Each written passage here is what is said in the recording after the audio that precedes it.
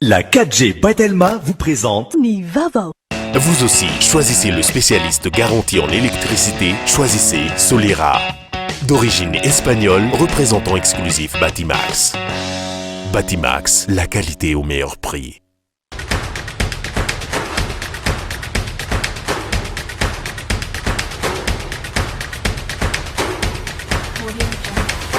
Noltranao ny fampalalam-baovao.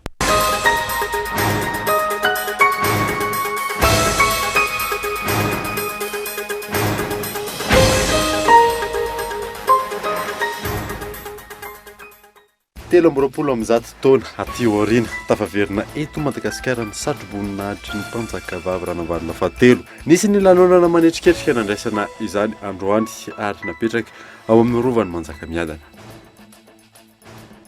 Manodidina ny 4,000 lafitrisa ariary ny vola andrasana amin'ny fampidiran-ketra ny taona ho avy izao araky ny vaofaritra anatin'ny LFI 1,4 lafiny zavatra maro no ilaina fanarenana anatratrarana ny fanamby hoy ny ministra ny toe-karena sy ny fitantanam-bola.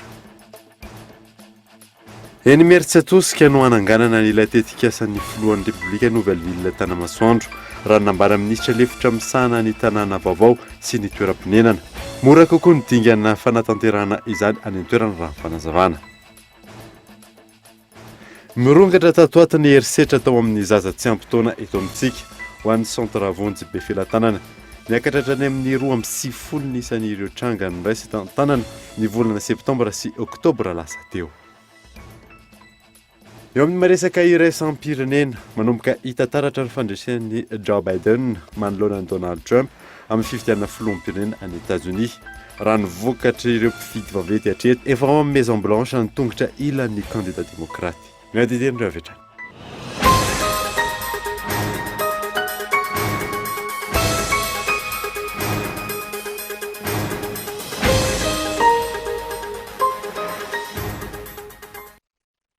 Salantra tompoko lasy tompoko vavy fotoana vaovao eto amin'ny Kultivika manasana ary anaraka izany hatramin'ny farany. Nanomboantsika ny vaovao 13 amby zato taona aty aoriana tavaverina eto Madagasikara ny satroboninahitry ny mpanjakavavy Ranavalona fahatelo. Nisy ny lanonana manetriketrika nandraisana izany tamin'ity androany ity ary napetraka amin'ny rovan'ny Manjakamiadana. Henri Florio. Androany maraina tokony tamin'ny 7 ora no nigadona teny amin'ny serina mpiaramanidina Ivato ny fiaramanidina lehibe ny Air France izay nitondra ny satroboninahitry ny tantarom-piandriana ny mpanjakavavy Ranavalona fahatelo. Rehefa niala teto Madagasikara nadritra ny 13 amby zato taona lasa izay nisy ny lanonana fohifohy naloran'ny la Frantsa izany ho an'ny Madagasikara ka ny masivony la Frantsa monina sy miasa eto amintsika no nanolotra izany teny Ivato androany maraina.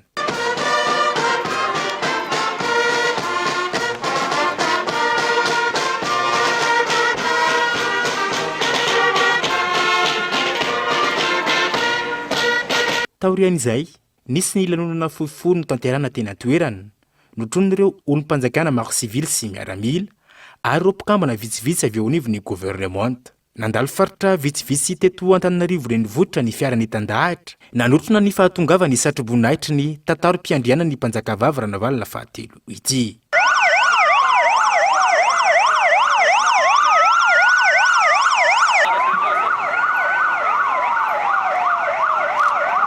Taorian'izay nizotrana keny amin'ny rovan'ny Manjakamiadana ny fotoana lanonana izay nametrahana ny satroboninahitry ny tantarom-piandriana ny mpanjakavavy Ranavalona fahatelo teo amin'ny vovo. Nandritra ny fandraisam-pitenenana izay nataony masivony la Frantsa monina sy miasa eto amintsika no nanamafisany fa tsy nisy fisalasalana namaly ny fangatahana izay nataon'ny filoham-pirenena malagasy ny filoha Emmanuel Macron ny mahakasika ny fangatahana ity satroboninahitry ny tantarom-piandriana ny mpanjakavavy Ranavalona fahatelo ity. No amafisiny fa hijanona olovan'ny Madagasikara amin'izay izany ary ho an'ny taranaka rehetra. La remise de ce jour. Ity fanomezana amin'ity androany ity dia fametrahana ny Madagasikara eo amin'ny rispo ho fiarahana mikaroka ny fiaraha-miasa eo amin'ny fametrahana ny vakoka sy harem-pirenena mba hahafahan'ireo tanoran'ny firenena na ihany koa ny vahoaka rehetra mahafantatra ny tantarany Afaka miara-miasa isika amin'ny fametrahana sy ny fanarenana ny politika mahakasika ny vakoka sy ny hoaviny izay hamerenana ny tantara sy ny vakoka tahaka izao. Amin'ity rova izay naverina amin'ny laoniny ity dia azontsika antoka fa ny mpitsidika malagasy sy ireo vahiny toy ny tanora, ny mpianatra sy ny maro hafa dia hita ny satroboninahitry ny tantara ho mpiandry ny mpanjaka vavirana valina fahatelo ity ahafantatra indray ny tantarany tany aloha. Et mieux connaître encore leur histoire. Nanamafy ny ministry ny serasera sy ny kolotsaina fa vakoka ho an'ny Madagasikara izao ary zava-dehibe ny fiverenany eto amintsika.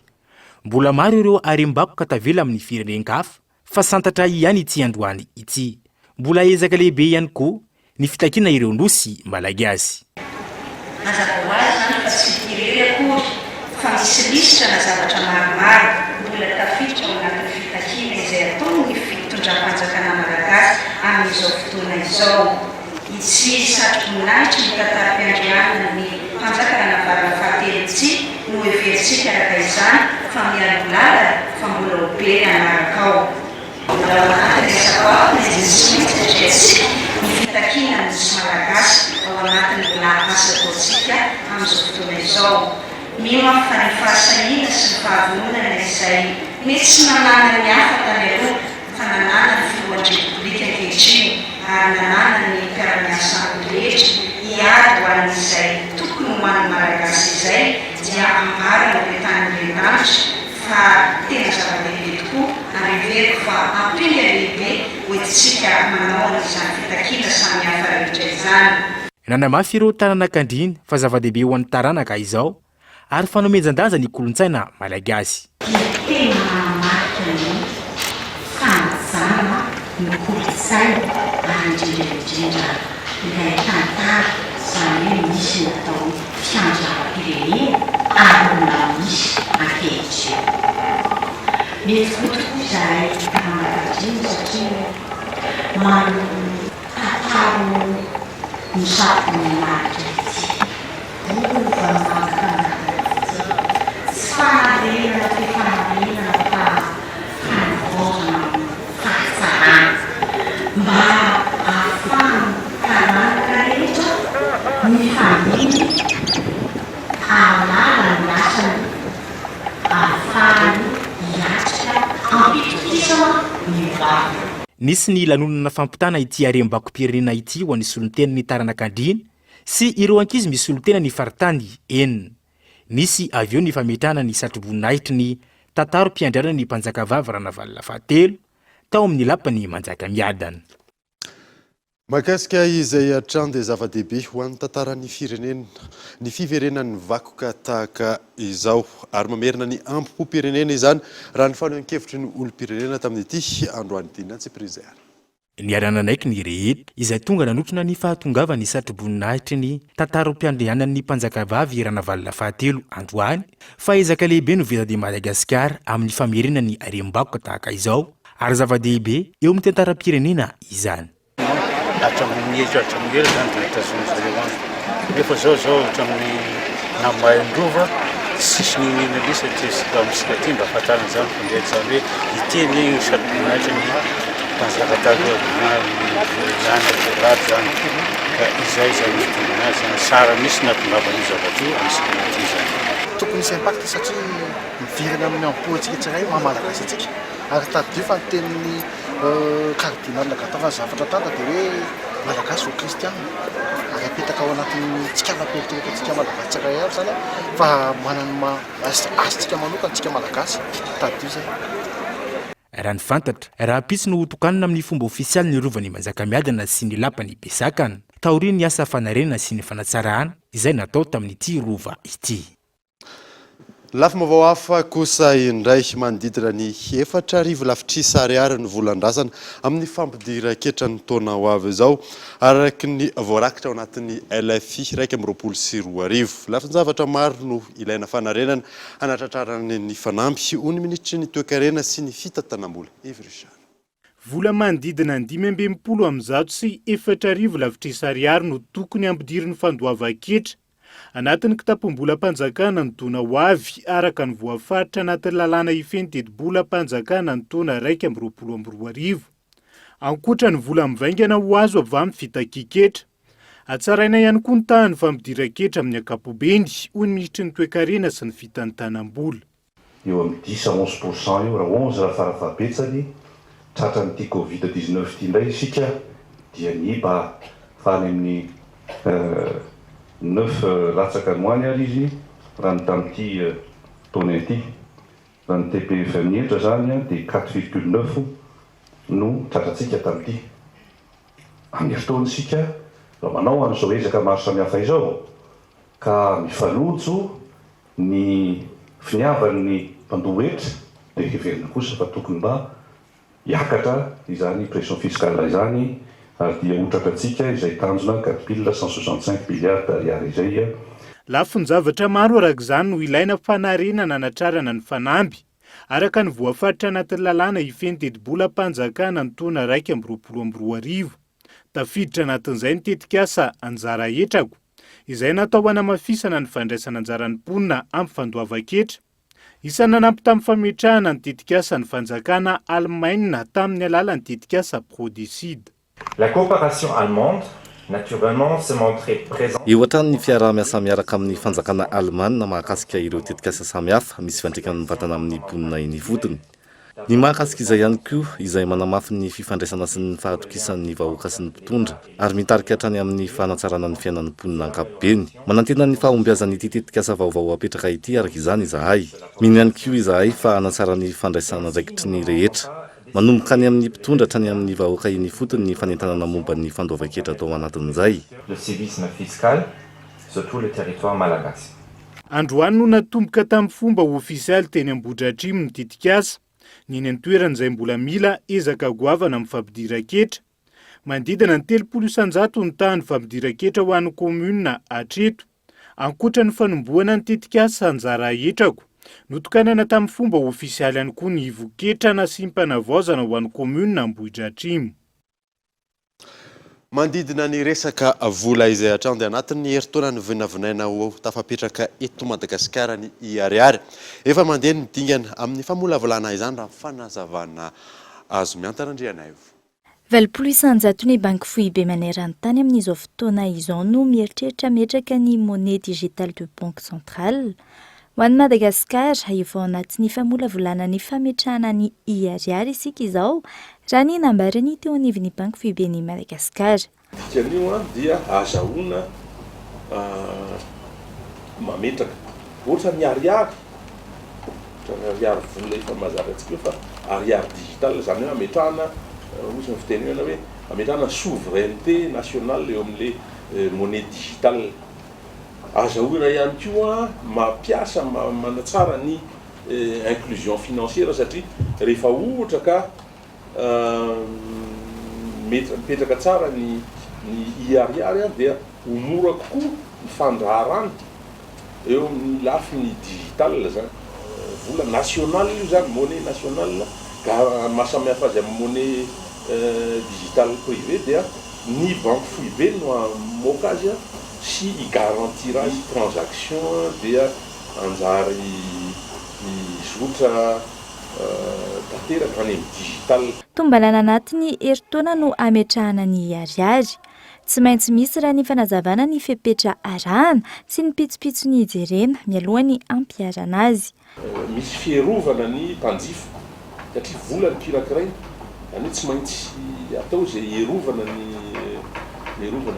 mpanjifa amin'ireny crypto-monnaie reny na reny le hoe initiative digitale privé reny. Fa banque foibe dia manaraka akaiky dia akaiky ary fanakalo hevitra amin'ireny initiative reny satria io no avy eny raha zany banque foibe tsy hanao iariary io no avy kanefa mila fitandremana mila fametrahana fitsipika isan-karazany azahoana mitandro ny mpanjifa azahoana mitandro ihany koa ny stabilité financière sy ny intégrité financière amin'le hoe mba tsy hisy blanchiment d'argent na hisy financement na terrorisme sanatrin'ny. Efa misy ihany koa ny fiantsoana ireo manam-pahaizana rehetra avy eto an-toerana sy ny avy any ivelany hanampy amin'ny fametrahana ny andrana. tafiditra anaty ny afidirana amin'ny digitalisation manaraka ny toetrandro ary hanamafy ny fitantanana ara-bola ny fametrahana ny IRR raha ny fanazavana trany. Tsy maintsy mitondra ny antony sy ny porofo mazava ireo organisme rattaché vao afaka mahazo ny teti-bola natokana ho azy ireo raha nitapaka nandritra ny filan-kevitry minitra izay nitotosaina omaly. Abraham Randriamanana. Ny vohitra nandritra ny filan-kevitry ny minisitra omaly ny fampahafantarana ny lamima mikasika ny fisitrahan'ireo organisme rattaché ny teti-bola. Arak'izany tsy maintsy mitondra ny antony sy ny porofo mazava entina manao ny fandaniana iny anivon'izy ireny ny organisme rattaché rehetra ahafahany misitraka ny teti-bola natokana ho azy ireo. Ankoatr'izay, nofoanana ny CREM na ny Centre de recherche d'études et d'appui à l'analyse économique izay mitovy asa amin'ny Direction générale de l'économie et du plan eo anivon'ny ministèran'ny toe-karena sy ny fitantanam-bola. Tapaka nandritra ny filan-kevitry ny ministra ihany koa ny fanalefahan-ketra ireo fitaovana isan-karazany natolotry ny tanàna ny OSL ho an'ny commune ambonivohitra Faradofay. Isan'ny sitraka izany fanalefahan-ketra izany ihany koa ny fanampiana hoentina mametraka ny protection civile ho Faradofay. Noraisin'ny fanjakana an-tanana ny hetra sy ny abatseranana ho an'ireo fitaovana entina manatanteraka ny tetikasa, fanatsarana ny fifandraisan-davitra eto Madagasikara. Ankoatr'izay, nivoatra ihany koa ny fanendrena tompon'andraikitra samihafa eo anivon'ny ministera isa-tokony. Eny Mieritsetosika no hananganana ilay tetikasan'ny filohan'ny Repoblika Nouvelle-Ville Tanamasoandro raha nambara ministra lefitra misana ny tanàna vaovao sy ny toeram-ponenana. Mora kokoa ny dingana fanatanterahana izany any an-toerana raha fanazavana azo Michel Ranardzo. Nanamafy androany ny ministra lefitry ny tanàna vaovao sy ny toeram-ponenana fa eny tsy mahabe omby i Mieritsetosika no hananganana ilay tetikasan'ny filohan'ny Repoblika tanàna vaovao na Nouvelle-Ville. Un des projets phares que vous connaissez tous, c'est la nouvelle ville de Tanamasoandro. Ny tetikasa lehibe fananganana ny tanàna vaovao Tanamasoandro izay efa fantatry ny rehetra, izay tetikasa fanitarana ny tanàna Antananarivo. Ny famindrana ireo birao-mpanjakana no tena himasona amin'izany. Tapaka amin'izao fa ny Mieritsetosika no anatanterahina izay tetikasa izay. Efa ao anatin'ny tsara izay amin'izao ary tsy ho ela dia nansivana ny master planner izay. Qui est de gronder autour de ce quartier-là. Alors, ça va se faire du côté d'Imieritsetosik. Et donc on est en... Mora kokoa ny dingana fanatanterana izany any an-toerana raha ny fanazavana raha mita amin'ny fikasana hanangana izany teny Ambotrimanjaka. Imieritsetosik, ça devrait être à moins de 40 km. Maninona no hoe Imieritsetosika? Latsaky ny 70 km miala ny renivohitra aloha Imieritsetosika, ahafahana mampiroborobo ny tontolo ambanivohitra. Eo ihany koa no hoe tsy mbola be olona. Moramora kokoa ny manomboka tetikasa amin'ny tany tsy be olona. Toy izay any amin'ny tany be olona izay mbola tsy maintsy ho resaina. Izay ny amirenako hoe Imieritsetosika ny nety kokoa mihoatra ny Ambotrimanjaka. Donc voilà, on est plutôt sur des choses relativement techniques, hein, on est sur la planification. Fanazavana trany, tsy izay atsangana eny Mieritsetosika izay irery ihany no tafiditra ao anatin'izay tetikasa Nouvelle-Ville izay. Ity faran'izay ahitana ireo cité ministériel araky ny tetikasa ny filohan'ny Repoblika. Tontolon'ny fanarenana izay hatrany dia bâtiment écologique voasokady sy ho lamaody ny fanamboarana trano amin'izao fotoana izao. Fomba fananganana trano izay tsy vaovaon'ny malagasy raha ny fanazavana azo Michel Ranardzo. Lamaody ny fanamboarana trano n'izao fotoana izao ny trano écologique na bâtiment écologique. Misy fepetra écologique maromaro ny ahafahana manangana izany raha ny fanazavana. Tsy vaovao amin'ny malagasy izany raha ny fanazavana trano. Critère écologique zay dia ny implantation anao hoe anao zany rehefa mipetraka tsara eo ambonina terrain dia afaka miady amin'ny élément naturel anankiefatra iny io. Ny masoandro miaro tena amin'ny masoandro ianao. Ny rivotra afaka capturenao ny rivotra mba angatsiaka sy afinaritra foana ny température ao anatin'ny tranonao rehefa mafana mangatsiaka rehefa mangatsiaka mafana.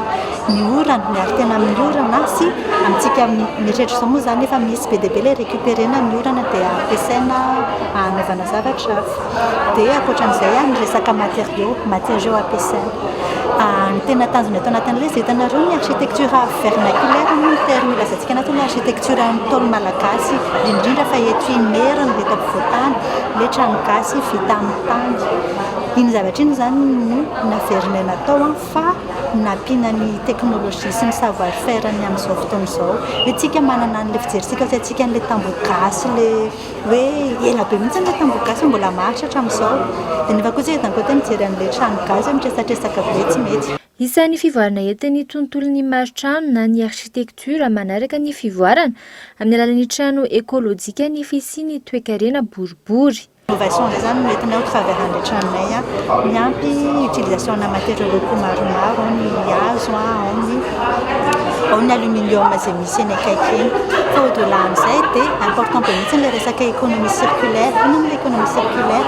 C'est ny olona amin'ny toerana ihany no formentsika anao an'ilay trano. Izany hoe migagner double ilay olona hoe tsika migagner satria ny tany eo ihany tsy mila déplacement tsika. Fa ilay olona sady mandray volan'ny karamany izy no misy savoir faire azo dia ny savoir faire iny avy afaka miparitaka dia amin'izay zany mba tsy efa ilay zavatra rudimentaire intsony ny zavatra ataontsika rehefa mba mivoatra ny architecture ny asa tanan'ny malagasy. Tsy androany fanolorana ny nahazo ny lalana voalohany tamin'ny concours architectural d'un bâtiment écologique nokarakarain'ny vice-ministère en charge des nouvelles villes et de l'habitat ny VVF ary ny Barefoot Collège Madagascar. I Miora Rarivelo avy amin'ny atelier malgache d'architecture no nahazo izany ary anangana izay trano ekôlôjika izay any Ambatolampy, commune Tsy Afajavona. Tontolon'ny fahasalamana kosa indray tsy tokony hiandro ny vanim-potoana mampirongatra ny vanin'aretina peste isika vao miroso amin'ny fisorohana. Ny fiara-mitan'ny tsiraray no vahaolana amin'izany raha ny fanazavana azo Henri Florian. Misy mandavantaona ny valin'aretina peste eto Madagasikara, fotoana iray ahitana tranga matetika, ny fotoana ny famadihana. Na eo aza ny ezaka sy ny fanentanana nataon'ny fanjakana amin'ny fampafantarana ny mponina ny amin'ny tokony atao na tsy manoloana ny valin'aretina peste izay. Manana anjara andraikitra ihany koa ny tsirairay amin'ny fanarahana ireo toromarika omen'ny ministera ny fahasalamam-bahoaka, eo ihany koa ny fitandrona ny fahadiovana. Raha ho an'ny Madagasikara manokana, tsy latsaky ny 420 ireo distrika ahitana tranga isan-taona. Ny tsy fanantonana ny tompo-pahasalamana no antony mampirongatra ny peste raha ny fanazavana. Raha ohatra ka misy ny trangan'aretina, manatona isika aza misalasala mihitsy ary tokony anatona ny tompo-tsaboana rehetra akaiky atsika. Satria efa any daholo ny fanafody rehetra efa napetraka any ahafahana mitsabo ary maimaimpona izany. Ary raha ilaina azy raha amin'ilay toerana anankiray ka hita fa ilay olona zany dia nifandray tamin'olona be lehibe teo, indrindra fa amin'ilay fomba fisefona dia misy natao hoe fitsaboana miaraka ny daholo be efa vonina amin'izany ny ministera ka dia ny faniriko ama tokony andraikitra voalohany amin'ity ministera fahasalamam-bahoaka ty androany dia aingany ny malagasy rehetra ho lavitra ny peste fa zao tsy maintsy raisitsika ny fepetra rehetra izay fanambarako teo. Efa miroso amin'ny fanentanana sy ny fisoroana mialoha amin'ny alalan'ny fahadiovana sy ny famonoana ny parasy ary ny voalaviny eo anivon'ny ministera amin'izao fotoana izao.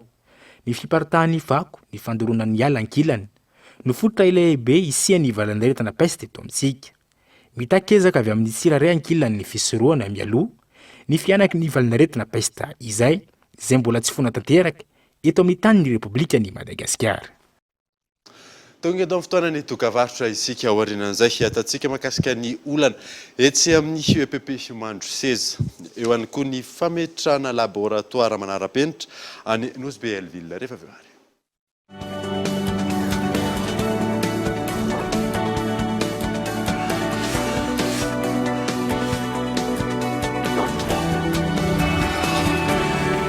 Manandanja ny safidinao, safidy Anosy maitso indray any Madagasikara. Mametraka ny tetika asa finday iray mira azo iray ho volena Itelma. Iaraka isika andrakotra ala indray any Madagasikara, amboly azo ho lovan'ny taranaka any afara. Isaky ny finday Itelma iray voavarotra, azo iray no volena ka ho maitso mavana ity firenena.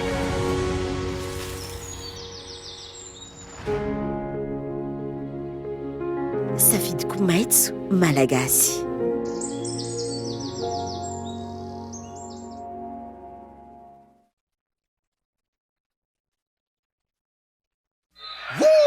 C'est cool de regarder les matchs de foot à la maison. Tu sais que la saison intégrale de la Serie A est maintenant accessible à tous les abonnés Canal+. Ah bon? Eh oui, moi j'ai choisi le bouquet Évasion. Je peux suivre et la Serie A et la Ligue 1 sur Canal+ Sport. J'imagine que tu as la télé à toi tout seul.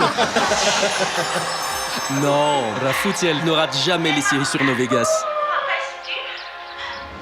ce moment, le décodeur avec un mois d'abonnement sur Évasion est à 80 000 RR seulement. Le bouquet Canal+. Pour toutes vos installations et équipements, choisissez une marque avec certification aux normes et qualité imposée par le marché mondial. D'origine espagnole, Solera vous propose une large gamme pour toutes les catégories. Des produits soucieux de votre protection, à la fois robustes et faciles à installer, avec des composants conçus avec précision. Vous aussi, choisissez le spécialiste garanti en électricité, choisissez Solera. D'origine espagnole, représentant exclusif Batimax. Batimax, la qualité au meilleur prix.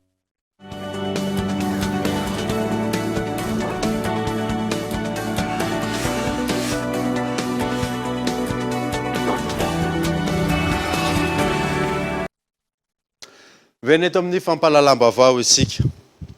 Nampahafantarany suivi de la transparence et de l'effectif des fonds alloués aux réponses à la Covid-19 androany bulletin fahatelo izay mirakitra ny fanadidina mahakasika ny paikady izay napetraky ny fitondram-panjakana tamin'ny ady amin'ny valinaretina Covid-19 ny rarana efso. Nandritra ny fanadihadiana nataon'ny STEF na ny suivi de la transparence et de l'effectivité des fonds alloués aux réponses à la Covid-19 tamin'ny paikady napetraky ny fitondram-panjakana tamin'ny ady amin'ny valanaretina Covid-19 nodinian'izy ireo ny PMDU na ilay atota taratasy navoaka ny fitondram-panjakana izay mirakitra ny paikady rehetra iadina amin'ny valanaretina Covid-19. Isan'izany ny fananganana rafitra maro iraisana amin'ny fiarahamonim-pirenena, iraisana amin'ireo sehatra tsy miankina ary ny maro hafa. Raha ny fanazavana, tsy mbola tafapetraka izany hatreto, efa bolana taoriny ny fandaniana ny lalana momba azy. Tao anatin'ny zavatra ny fanadihadiana nataonay zany ny zavatra tena hita hoe remarque be hitanay zany tao anatin'ny PMDU dia hoe natao ilay izy hiadiana amin'ny valanaretina Covid-19 kanefa ny budget natokana ho an'ny resaka fahasalamana tao anatin'ny PMDU zany dia 800 monja fa any amin'ny infrastructure 530 no tena hoe mitangana be zany dia mampanontany tena anay hoe miadiana marina tamin'ny entina hiadiana marina tamin'ny valanaretina ve ilay nanaovana ny PMDU sa nanatanterahana ny politika amin'ny ankapobeny fanjakana izay atao foana ihany na tsy ao anatin'ny amin'ny anara-pahasalamana. Misy akony amin'ny fitondram-panjakana hoy ireo mpisehatra ny tatitra notontosain'izy ireo. Ny zavatra tsikaritra aloha hatreto ny zavatra tsikaritra dia hitanay hoe misy akony ihany ilay izy, misy akony tena misy akony ilay izy satria hita hoe misy mihaino zany zahay le fianonanay tsy voatery hoe amin'ny lafiny tsara tsy voatery hoe amin'ny lafiny ratsy fa tsikaritra fotsiny hoe misy mihaino ary misy mpitondra fanjakana tokony anaikitra ambony ao amin'ny fitondram-panjakana mamaly an-gazety ny fanambarana ataonay zany ka hitanay ihany hoe misy akony any amin'izy ireo ihany ny fanambarana ataonay zany ny interpellation ataonay.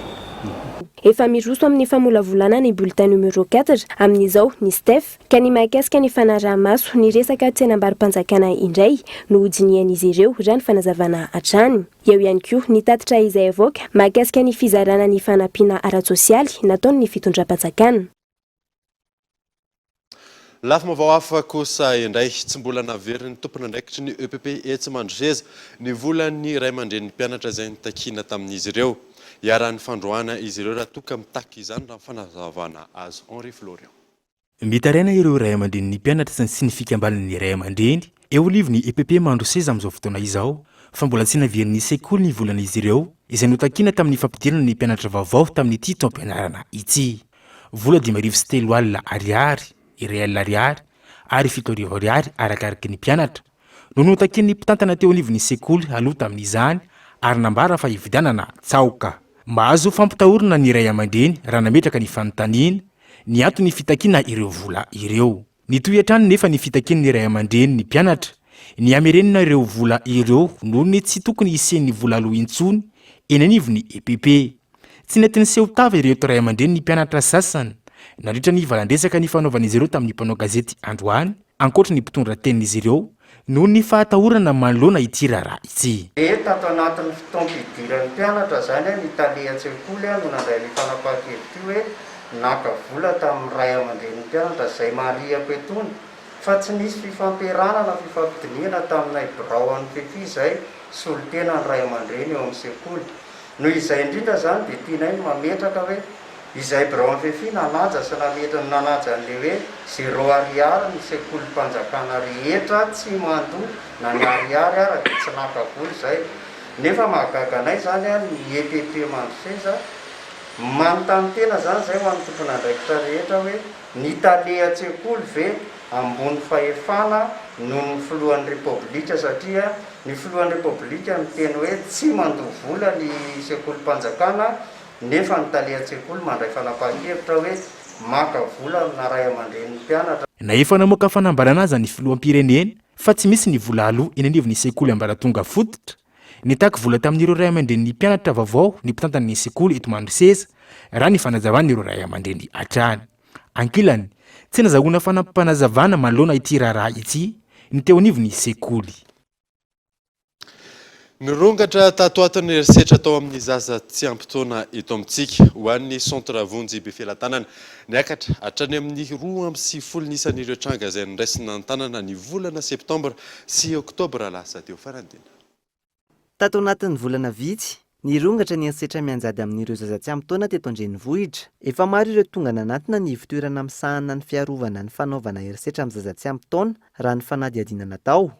Ho an'ny centre Vonjy, zaza 2 taona ny zandriny indrindra amin'ireo iaran'ny fanolalana nandalo teny amin'izy ireo nandritra ny fihibohana. Manodidina ny 50 hatramin'ny 270 ny isan'ireo tranga noraisina an-tanana ny volana septambra sy ny volana oktobra lasa teo. Ivitoerana fandraisana an-tanana ny ankizy tratran'ny erisetra ara-pananahana zay ny centre Vonjy.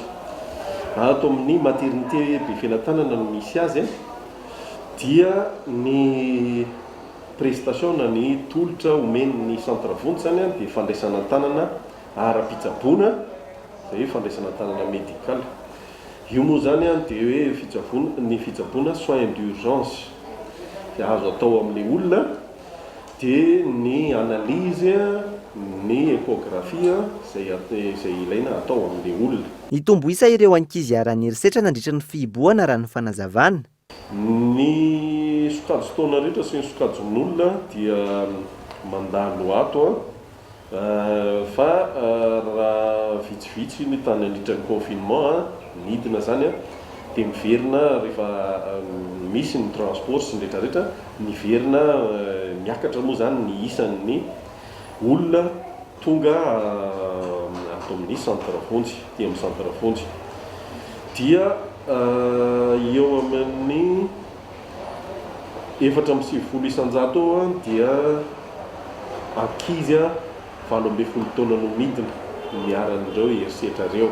Hitanina trano ny ray aman-dreny sy ireo mpiara-monina ametraka fitoriana raha misy ny trangana fanolanana sy erisetra miantra amin'ny ankizy eny anivon'ny fiarahamonina manoloana io fiakaran'ny tany fanolanana io. Tsy ny eto Antananarivo ihany no ahitana trangana fanolanana. Ny Taolagnaro hatrarano ny Antotanisa Voaray, miisa 20 ireo ankizy niaran'ny erisetra sy ny fanolanana ara-nofo nanomboka ny volana Janoary ka ny 20 amin'ireo eo anelanelan'ny 4 hatramin'ny 17 taona. Isan'ny vaovao misongadina ihany koa dia tokony azo tombotsoa amin'ny alalan'ny fitrandrahana menaka mavesatra any amin'ny faritra Melaka ireo mponina any Maintirano araka ny antso izay nataon'ireo olobe sy ny mpitondra any an-toerana miantarandrianay. Maro ny arenakibon'ny tany any amin'ny faritra Melaka saingy misy ireo mitaraina fa tsy misitraka tombotsoa amin'ny alalany. Isan'ny voakasika izany Amada Ol izay mitrandraka solika mavesatra ho Tsimijoro distrika Moravianbe. Rehefa ny fampitaha tamin'ireo olobe sy ny olomboafidy zay dia nahita fa misy harena tokony fitrandrahana sy ho valorizina ato anatin'ny faritra Melaka mba hisitrahana izany vahoaka izany an'io fampandrosoana io. Nangataka araka izany ireo lehibe sy manam-pahefana ny an-toerana mba hanaovana ny andrana ao Maintirano raha ho Moravianbe no hitrandrahana azy. 7 tao ny contrat nanaovandreo ny exploration ka amin'izao fotoa zao mitaky ary ilay hampandrosoa an'io raha eo ho amin'ny le fitrandrahana azy. Lavaky 5 nahazoan'ireo 5,4 taona ireo mila hahita tsy io ho lavaky 100 ka hiboahany 7 barika isan'andro. Azo ampiasay izy io amin'ny moteur thermique à flamme. Ny tena mety aza tokony hatoy amainty rano no hisia masiny zay hanaova an'io fagnandrama io satria direct tonga de misitraka azy gnaty amainty rano am'izay fotoa zay. Raha izay asa zay ro ekeny fazakana atao zay raha zay dia mazava ho azy fa kisy ny asa bevata ato satria zato lavaky zay olo maro no tokony atao azy ary gn'anakinay manao dahalo ato tampitsy fanaovany dahalo ka zahay tsy tokony hatao tompony magnataky gnatiny isakandro no hoe aty gny trandrahan'io petrôly io agnatanarivo ro anaovanareo ano fagnandramagna azy fa leo koa lafa atao eto antoerany le raha tsy mirorotsy vonandroany isiany fa hatramin'ny taona maro ary ny société pétrolier efa tao nahita ary misy area tokoa ny ato faritsy ny melaky tsy ihany no resaheto fa maro ka zahay ato zany dia miteny hoe maizy nampotitsy jiro na manana ny tsy miroroka ohatrany kapilatsaona malaza tsy hinanana zay harena tena goavana tokoa ireo harenareo fa jerem-potsiny ohatrany tany lavoana izy io satria noho izay fomba tsy fahafantaranay fomba fampiasana. Namafisina izy ireo fa tokony maro ny tombontsoa ny zanaky ny faritra amin'ny alalany isan'izany ny hofamaroany asa ny antoerana sy ny maro hafa. Tontolon'ny fitrandrahana izay hatrany dia napetraka ao Antsohihy ihany koa ny bureau d'administration minière ahafahana mifehy ny fitrandrahana ao an-toerana ka azahoan'ny mponina sy ny faritra tombontsoa mivantana gaetan André Atsilava.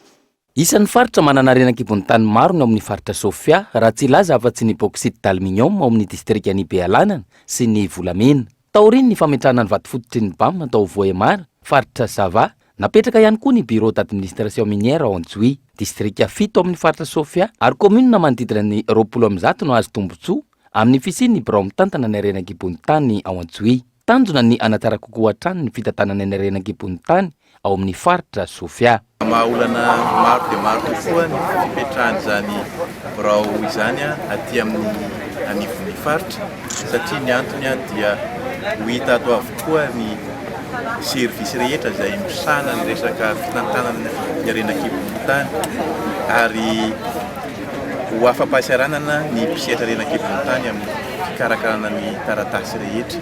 Moramora kokoa ny fampanarandalana ary indrindra ny intervention rehetra izay atao aty amin'ny faritra misaka renan-kibon'ny tany. Ho hita ao amin'izany avokoa ny samban-draharaha isan-karazany izay ahitana ny solotenan'ny BCMM, ny ANOR sy ny police de mine. Ao Bekitrobaka fokontany Ambalabe Ouest, commune ambonivohitra Antsohihy no ananganana ny fotodrafitrasa. Atoboka amin'ny alatsinainy ho avy izao ny asa fanarenana sy ny fametrahana laboratoire manaraka ny fenitra iraisam-pirenena ao Nosby Elville. Nidina tany an-toerana araka izany ny avy eo anivon'ny OMS sy ny solotenan'ny ministera tompony andraikitra gaetan André Atsilava. Ankoatra ny fanolorana fitaovana ara-pahasalamana atao amin'ny hôpitaly be ny Nosby Elville, atomboka ihany koa ny fananganana laboratoire manaraka ny fenitra iraisam-pirenena. Nidina ifotony tany an-toerana ny eo anivon'ny ministera ny fahasalamam-bahoaka sy ny solotena maharitra eo anivon'ny OMS izay miasa sy monina eto Madagasikara. Tamin'ny solotena maharitra ny fitambanan'ny iraisam-pirenena amin'ny fahasalamana na représentant résident'ny OMS izay nidina taty Nosby Elville hijery ny fanamboarana ny laboratoire eto amin'ny hôpitaly be any Nosby izay amboarina manaraka ny fenitra iraisam-pirenena dia mijery kely izy ny toerana satria misy fanamboarana le toerana fanaovana fiboahana salle d'isolement sy ny toerana izay andraisana andreo marary ny coronavirus raha sanatry misy marary eto Nosby Elville. Taoriny ny fitsidiana natao atomboka ny alatsinainy ho avy izao ny fanomboana ny asa. Indingana manaraka dia vita ny fitsidiana izay dia efa tonga eto tsiny ny entrepreneur dia manomboka amin'ny alatsinainy manao PV de démarrage dia mandeha amin'izay izy. Zava-dehibe ho an'ny Nosby io fananganana laboratoire manaraka fenitra iraisam-pirenena io hitsinjovana ny vahoaka ao an-toerana ka tsy andehana amin'ny toerana lavitra amin'ny mahanosy azy. Io ihany koa ny fanomezan-danja ny sehatry ny fizahan-tany amin'ny mahavily toristika ny Nosby. Antoyatrandy ny fanetanana fanasana tanana mandritra ny fankalazana ny andro maneran-tany ho an'ny fanasana tanana ho an'ny faritra Analamanga izay natao teny amin'ny commune Soavina tamin'ity androany ity ka eto Andriatsilava. Makaiza zany savony, matoa ampovoany, dia samy mikotana roroa zany. Ao, dia indreo tompoko lasy tompoko vavy, eo ampovoany ny savony, manadio miloko vonivony, atsakavanana ny rano, izay aviany andoha rano. Teto amin'ny commune Soavina Tsimon-drano no voafidy hanatanterana ny andro maneran-tany ho an'ny fanasana tanana amin'ny rano madio sy savony ho an'ny faritra Analamanga. Raha ny tokony ho izy, ny 15 ny volana Oktobra no atao ny fankalazana. Noho ny fisiany fihiboana vokatry ny Covid-19 na emitra androany 15 volana Novambra izany. Manodidina ny 7 alina ny mponina eto amin'ny commune Soavina ary fokotany maro no mbola sahirana amin'ny fahazona rano fisotro madio. Ity vovon-drano fahiny ity ohatra ny fampiasa zay saingy efa ritra tsy misy intsony ny rano tao anatin'ny fotoana maharitra. Nandritra ny fanomanana ny etsika, nipoitra tamin'ny toerana hafa indray ny rano. Rano sy fanasantanana no resahana, nipoitra ny rano teto aminay eto amin'ity toerana ity. Rano madio mangatsakatsaka, tena mitovy amin'ny rano any Jirama, ao ambany ny vato be io, source naturelle zany le izy, dia zava-dehibe eto amin'ny commune Soavina izany zavatra izany isorana n'Andriamanitra. Etsika maro no natao nandritra ny fankalazana androany, isan'izany ny fizarana fitaovana sy ny fanentanana samihafa. Misy vola natokany fanjakana foibe ho an'ny fahasalamana izay narotsaka eny anivon'ny commune ka iarahan'ny roa tota amin'ny tantana. Na izany aza, tsy maintsy commune fitaratra sy modely amin'ny rano fidiovana sy fanadiovana ary manana atobo-pahasalamana. Izany hoe, manana fotodrafitrasa, mahazo fiofanana, maneho arakasa ny fiofanana natao ary mampita eny anivon'ny fiarahamonina. Commune maro manerana ny nosy no efa misitraka izany amin'izao fotoana. Maresaka iraisam-pirenena kosa indray manomboka hita taratra ny fandresen'ny Joe Biden manoloana ny Donald Trump amin'ny fifidianana filoham-pirenena any États-Unis. Raha nivokatra ireo mpifindy vavety hatreto efa ao Maison Blanche ny ila tongotry ny candidat démocrate fanadina. Roa andro aty aoriany ny fanatanterana ny fifidianana filoham-pirenena tany États-Unis mitohy ny fanisam-bato ny antoerana. Raha nivokatra vonjimaika nivoaka ny atoandro teo, miisa 490 ireo vato azon'ny Joe Biden avy amin'ireo mpifidy vaventy raha toa ka 490 ny azon'ny Donald Trump. Araka izany, hita taratra ny fandresena ho an'ny Joe Biden tamin'ity fifidianana ity, vato miisa 9 avy amin'ireo mpifidy vaventy sy isandrasany ity candidat démocrate ity ahafahany mameno ny fepetra mandany azy ho filoham-pirenena. Etsy ankilany, nanambara ny fisian'ny alabaty nandritra ny fifidianana ny filoha Donald Trump, mangataka ny famerenana ny fanisam-bato sy fanafoanana ny voka-pifidianana amin'ireo faritany mizaka tena toy ny an'ny Wisconsin sy Pennsylvanie ny tenany. Manoloan'izany, nisy tamin'ireo Amerikanina no nanatanteraka fihetsiketsehana tamin'ireo toerana samihafa. Tsy ahivina, ny 20 Desambra ho avy izao ny daty hahafantarana amin'ny fomba ofisialy izay lany nandritra ity fifidianana ity.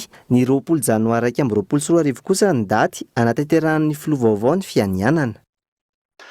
Dia izay mamarina vaovao tamin'ity androany ity ankasitrahana nanaraka izany soava tsara daholo.